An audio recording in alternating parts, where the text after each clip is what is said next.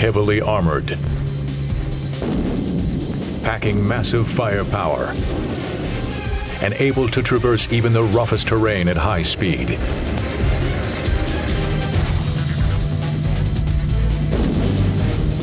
Today's frontline battle tanks are the most fearsome of weapons.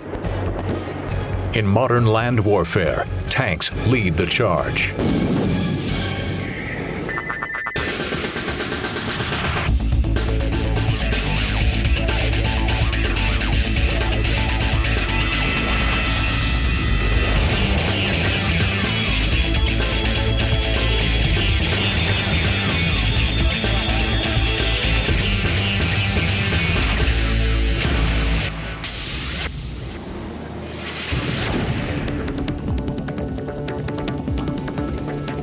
Among today's armies, the main battle tanks of 4 countries stand at the forefront of technology and design.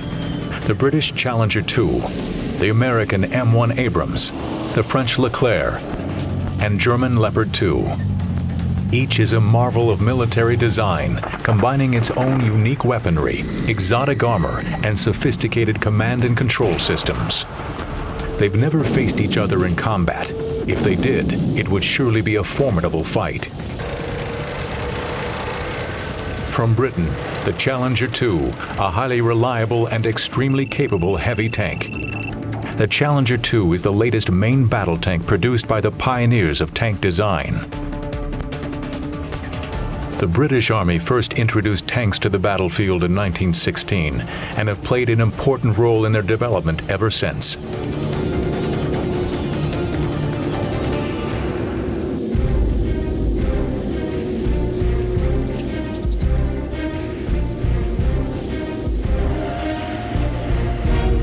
The Challenger traces its heritage back to Britain's Chieftain tank. When the Chieftain entered service in 1966, it was the most heavily armored of all main battle tanks. With an emphasis on armored protection, the Chieftain's turret was carefully contoured to optimize the thick steel of its armor. The Chieftain balanced its superb protection with a powerful 120mm gun, much larger than the 105mm guns common to most tanks of the 1960s and 70s. But thick steel armor makes tanks heavy and slow, and the Chieftain was guilty on both counts. Britain needed a faster, more sophisticated tank. During the 1970s, under the codename Burlington, British designers developed a radical new type of tank armor. This complex composite armor became known as Chobham armor, named after the city in which it was developed. How it works and what exactly it's made from remain top secret, but it is highly effective.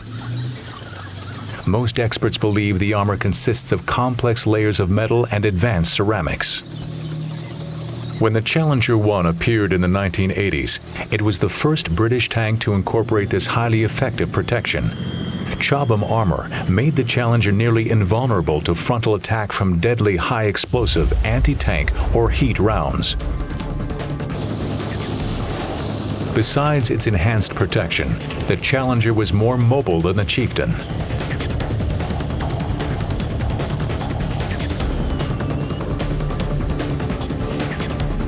A 1,200 horsepower diesel engine and advanced suspension system gave the tank a top speed of 35 miles per hour and a smooth ride despite obstructions and rough terrain. One of the most important advances in tank design in the 1980s was in gunfire controls, which permitted the tank to fire on the move. The heavily armored turret of the Challenger weighs 20 tons, yet it must be moved with extreme precision to hit targets a mile or more away. In 1994, the Challenger 2 entered service in the British Army. The Challenger 2 has over 150 improvements to its predecessor, the Challenger 1, and many entirely new features, such as its turret design. The Challenger 2 has even more sophisticated fire controls than its forerunner. A digital fire control computer controls the commander's sight, the laser rangefinder, and thermal imaging system for unprecedented accuracy.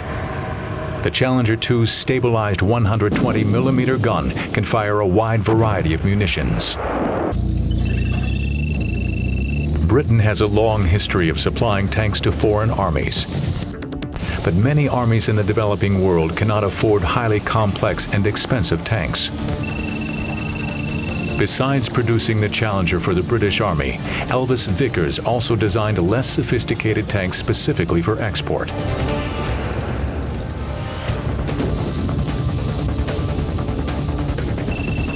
The Vickers Mark VII is an example of British-German industrial cooperation with a Vickers-designed turret and a German Leopard 2 hull. Britain's strong traditions in tank design have led to critical technological breakthroughs, like Chobham armor and the formidable Challenger 2, one of only a handful of modern tanks that can truly dominate a battlefield.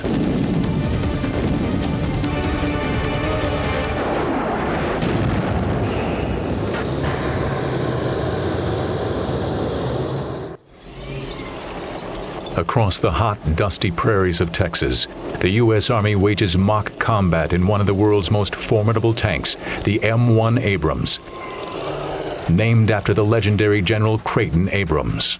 General Abrams is known for his hard-charging leadership of the 37th Tank Battalion during World War II. Today, American tanks are much more powerful, better protected, and much faster than the Sherman tanks that Abrams commanded.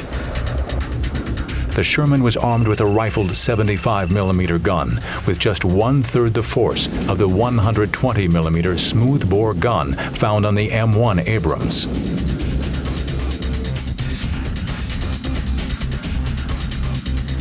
The Abrams Advanced Composite Armor provides 12 times greater protection than the Sherman's mere 2 inches of steel armor plating.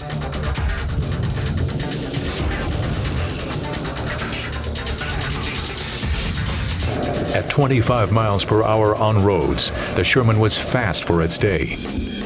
But the Abrams can travel nearly twice as fast, even in rough terrain. A 1,500 horsepower gas turbine engine, similar to those used by attack helicopters, provides the muscle. The increased speed causes you to be able to do a lot more things than you normally could with the slower M60 series. And plus it opens up some terrain to you that you can use as high-speed avenues of approach, which you didn't have before. Development of the Abrams began in the early 1970s to replace the M60 Patton. Newly developed guided anti-tank missiles made protection a major priority in the Abrams design.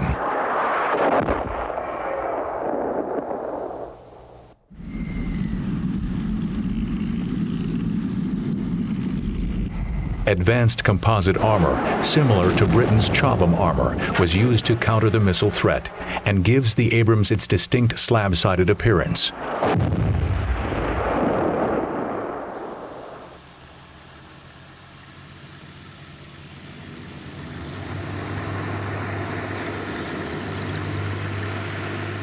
To protect the crew from a mishap with its own ammunition, the rounds are housed in a compartment at the rear of the turret with blast doors that separate and safeguard the crew.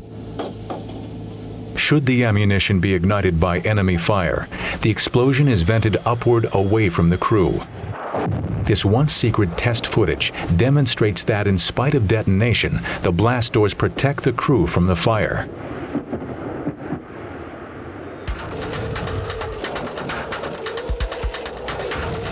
While crew survivability was at the center of the Abrams design, additional attention was put toward making the tank more fightable. Thus, the other key aspect of the M1's design was its weapons system. Previous generations of tanks had to stop to fire, while the Abrams and other modern tanks can fire on the move. The computer-controlled stabilization system keeps the gun aimed at the same point, no matter how much the tank is jostled around by the rough terrain. The M1 is really effective with the stabilization system, which is built in, whereas on the old tanks it took a lot of short halts where you stop, move, and stop, move. Of course, with the M1 you can continue to ride anywhere from 30 to 35 miles per hour and fire and get a first round hit.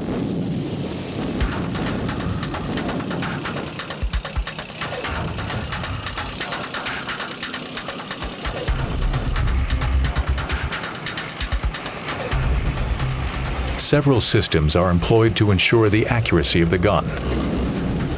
A muzzle reference system measures barrel warp caused by the heat of repeated firings. A wind sensor checks for crosswinds that would cause a round to go astray, and a laser rangefinder precisely measures the distance to within inches of the target. The fire control computer combines data from these systems to compute a real-time firing solution that is highly accurate even at ranges greater than 1 mile. The speeds of kills on a modern battlefield are going to be totally different than they used to be, where you would shoot multiple times and not get hits. And nowadays, you have over a 90% probability of hit even while moving. Modern electronic systems simplify the work of the tank crew. But to survive in today's fast-paced battles, tankers must hit their targets much faster and with greater accuracy than ever before. Training stresses the need for both speed and accuracy. The target will come up and stay exposed, depending what type of engagement it is, anywhere from 40 to 50 seconds.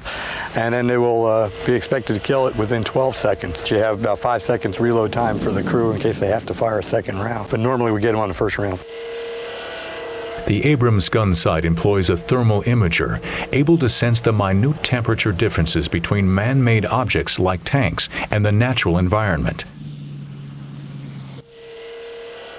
This enables them to identify enemy tanks at night or when they are hidden by smoke or camouflage.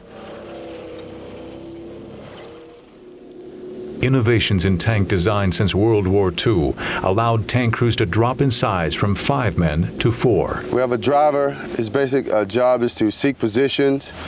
That's in the process of handling the driving portion. And we have the loader. He basically take care of the aerial watch and also the rear section of the tank. And we have the gunner. He's to identify and acquire targets and fire them as well. And myself, I'm the tank commander. I pretty much keep control and overwatch over each other position. The Abrams proved itself an invaluable weapon during Operation Desert Storm in 1991 and led the charge into Baghdad during Operation Iraqi Freedom in 2003.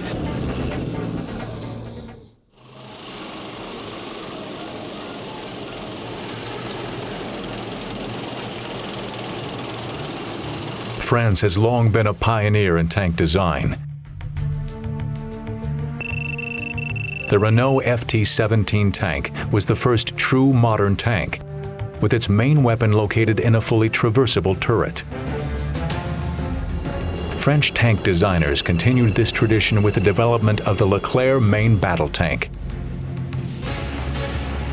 Named in honor of Marshal Philippe Leclerc, who led the Free French 2nd Armored Division in the liberation of Paris in 1944.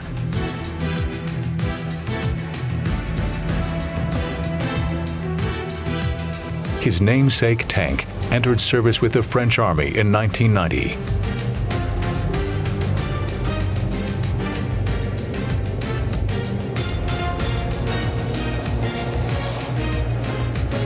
The Leclerc has a traditional turret design, but incorporates many advances in its fire control system.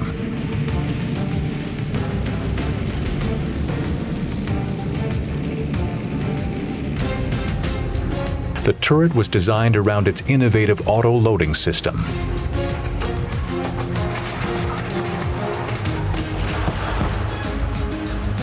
The smoothbore 120mm gun uses the same rounds as those used in the German Leopard and the American Abrams tanks. The long gun of the Leclerc provides the rounds a higher muzzle velocity, affording a greater range.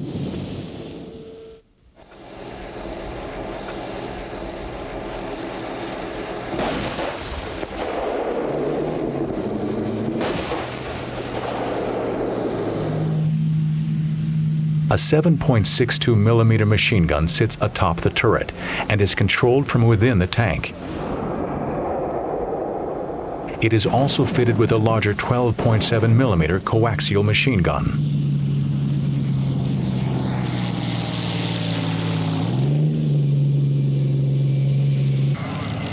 The Leclerc's fire control system can track 6 targets at once, providing real-time imaging from all the tank's sensors and sights. This system can be operated independently by the gunner or the commander.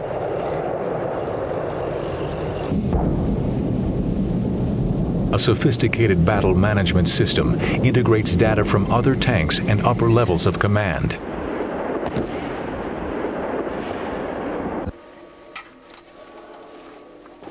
Tank crews no longer communicate simply by radio, but exchange critical information through digital data systems. The Leclerc was designed around a centralized computer architecture. In battle, the Leclerc is in constant communication with other armored vehicles in its unit.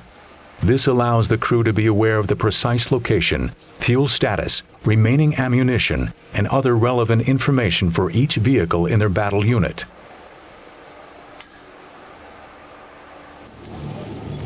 Advances in anti-tank weapons develop so quickly that armor protections can become outdated in less than 5 years. The Leclerc addresses this problem by using modular armor packages placed over a steel hull and turret. These packages can be updated and replaced as new armor technology develops. Not relying simply on armor for protection, the Leclerc is fitted with a Galix combat vehicle protection system. 9 launch tubes are fitted on either side of the turret roof. The Galix system can launch infrared decoys and anti-personnel or smoke grenades. This system allows the tank to launch its smoke grenades, then retreat to conceal its exact location.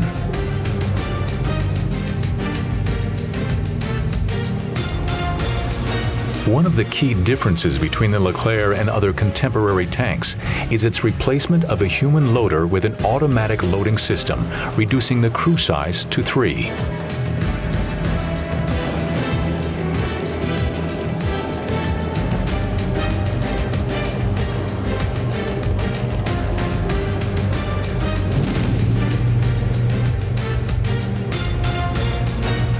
The smaller crew has contributed to the Leclerc's status as the lightest main battle tank in the world today, weighing in at only 56 tons.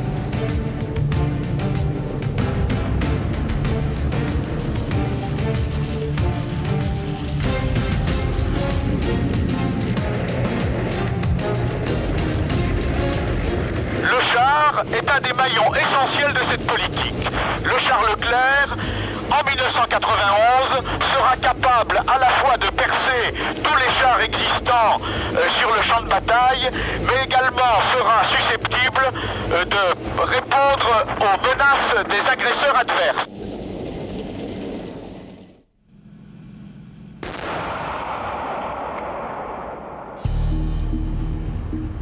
Germany has always been known for their superior tank divisions, which often went head-to-head with the world's most powerful armies. Integrating advancements in firepower and armored protection, Germany's latest development in tank design is the fearsome Leopard 2.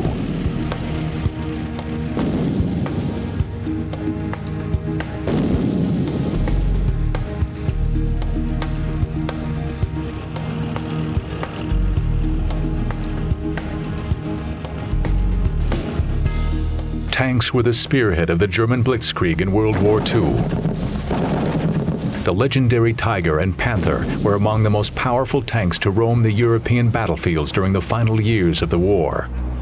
Today they stand as silent reminders of the great armored clashes like Kursk, Normandy, and the Battle of the Bulge. Their place has been taken in the modern Bundeswehr by tanks of the Leopard family, the Leopard 1 and the Leopard 2. The Leopard 1 was the first German tank built after the Second World War. It entered service with the Bundeswehr in 1965. Compared to its wartime antecedents, it was much better armed. The Leopard 1's main weapon was a rifled 105mm gun, capable of hitting enemy tanks at ranges of over 1.5 miles. The Leopard 1 was considerably more mobile than the tanks of World War II, with road speeds up to 35 miles an hour. This highly regarded design was the most widely distributed tank type in NATO service in its day, with over 4,000 produced. The Leopard 1 also formed the basis for the Gepard, an anti-aircraft vehicle armed with a radar-directed twin 35mm cannon system.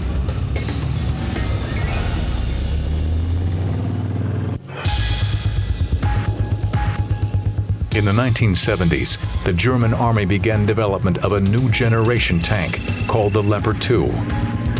Though sharing a common name with its predecessor, the Leopard 2 was in fact a whole new design and considered by many to be the best tank built today. Like the Abrams and Challenger 2, the Leopard 2 is protected by a thick hide of third-generation composite armor. The use of reactive armor atop the turret provides the Leopard 2 superior protection to the latest in top attack anti-tank munitions.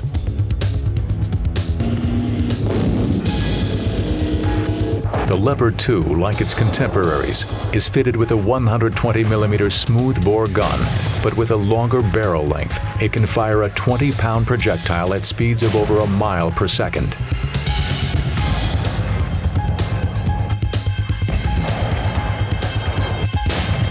Precision is ensured by a laser rangefinder and a sophisticated stabilization system. The Commander's stabilized panoramic periscope is slaved to the tank's fire control system. This allows the periscope to be used to aim the tank's weapons.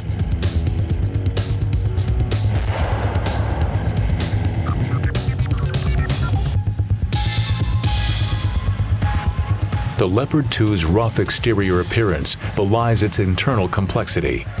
In addition to the driver, there are 3 crewmen. The loader is responsible for handling the tank's ammunition.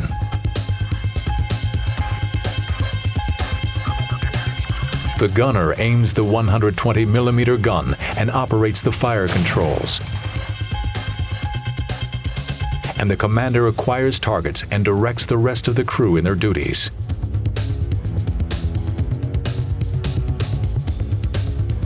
Like the Leclerc, the Leopard 2 can employ smoke grenades to mask its position.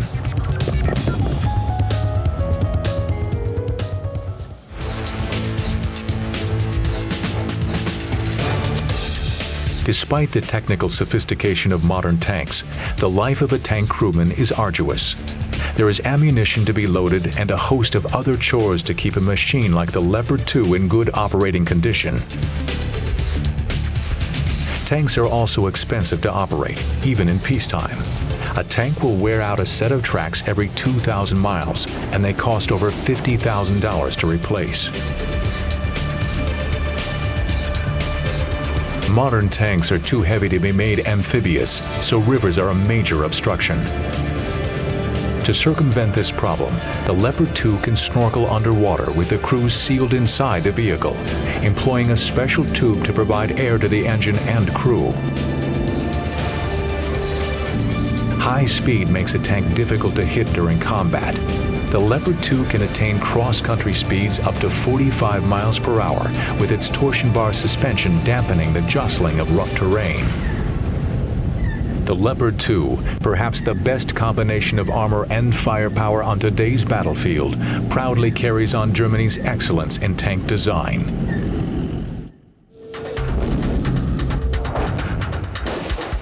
The main battle tank is an awesome combination of firepower, armored protection, and cross-country mobility. The tank remains the central element in all major armies. These powerful machines form an important part of military might.